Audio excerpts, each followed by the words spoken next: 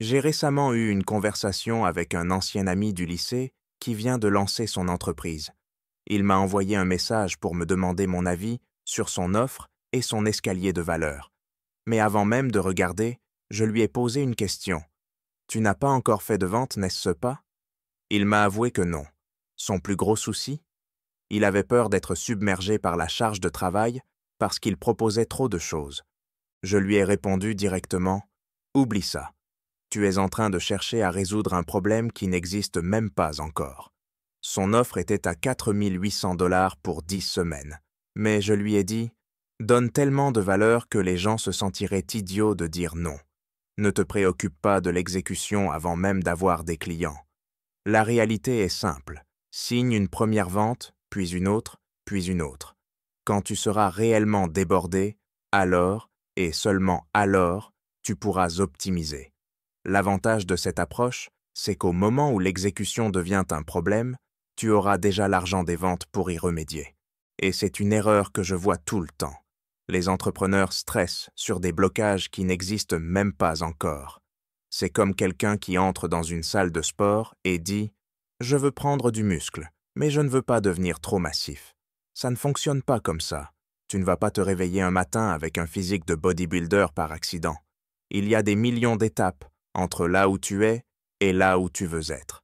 En business, c'est pareil. La première étape, c'est vendre. Ma règle d'or, créer du flux, monétiser le flux, puis ajouter de la friction, dans cet ordre.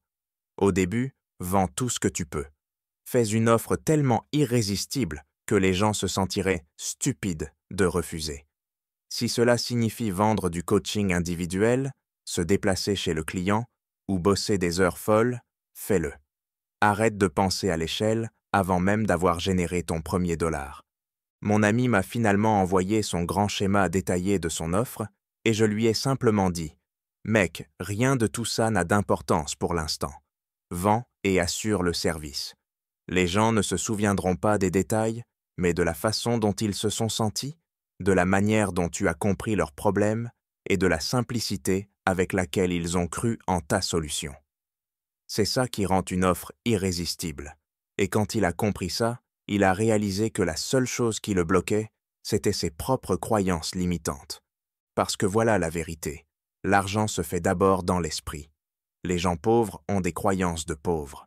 Si tu ne peux même pas t'imaginer gagner de l'argent, alors ça n'arrivera jamais. Les riches, eux, attendent des résultats positifs. Ils ne prennent pas de décision à moins de croire fermement au succès. Si tu passes ton temps à te demander quoi inclure dans ton offre au lieu de vendre, tu es déjà en train de perdre. Donne un maximum de valeur, fais des ventes et optimise plus tard. Cette erreur, je la vois partout. Les gens hésitent parce qu'ils cherchent à tout perfectionner avant même de savoir si leur offre fonctionne. Mais en réalité, ton objectif est d'abord d'obtenir un « oui ». C'est seulement une fois que tu as vendu que tu peux commencer à comprendre ce qui est réellement important pour tes clients. Certaines promesses que tu pensais essentielles seront faciles à exécuter, tandis que d'autres te prendront un temps fou sans que tes clients n'y attachent vraiment d'importance. Tu apprends en agissant, pas en planifiant à l'infini. Et tu n'as même pas besoin d'être un as de la vente au début. Il te suffit de faire une offre tellement bonne qu'elle se vend toute seule. C'est exactement ce que j'ai appris à 23 ans. J'avais payé 3 000 $ pour assister à un séminaire sur le business, de l'argent que je n'avais même pas à l'époque. Le conférencier, un certain Travis Jones, a mentionné en passant qu'il gagnait 1 million de $ par an. J'étais fasciné. Je voulais être ce type.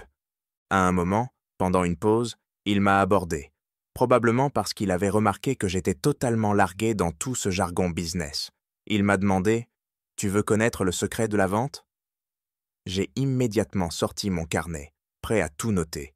Il m'a regardé et m'a simplement dit « Fais une offre tellement bonne que les gens se sentiraient stupides de dire non. » Ce jour-là, tout a changé pour moi. J'ai souligné cette phrase, je l'ai encerclée. Elle est devenue la base de toute mon approche business. J'ai compris que même si je n'étais pas le meilleur vendeur, je pouvais simplement ajouter tellement de valeur que les gens n'auraient pas d'autre choix que d'accepter. Plutôt que de baisser mes prix, je pouvais les maintenir et offrir plus que quiconque, jusqu'à ce que cela devienne absurde.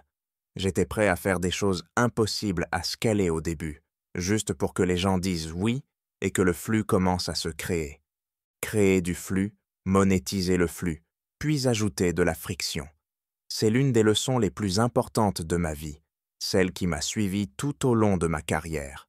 Et en aidant mon ami du lycée, ou mon voisin qui débute dans l'entrepreneuriat, je me rappelle ces leçons précieuses du début de mon parcours. J'espère que ça pourra aussi t'aider. Continue d'être génial. À bientôt.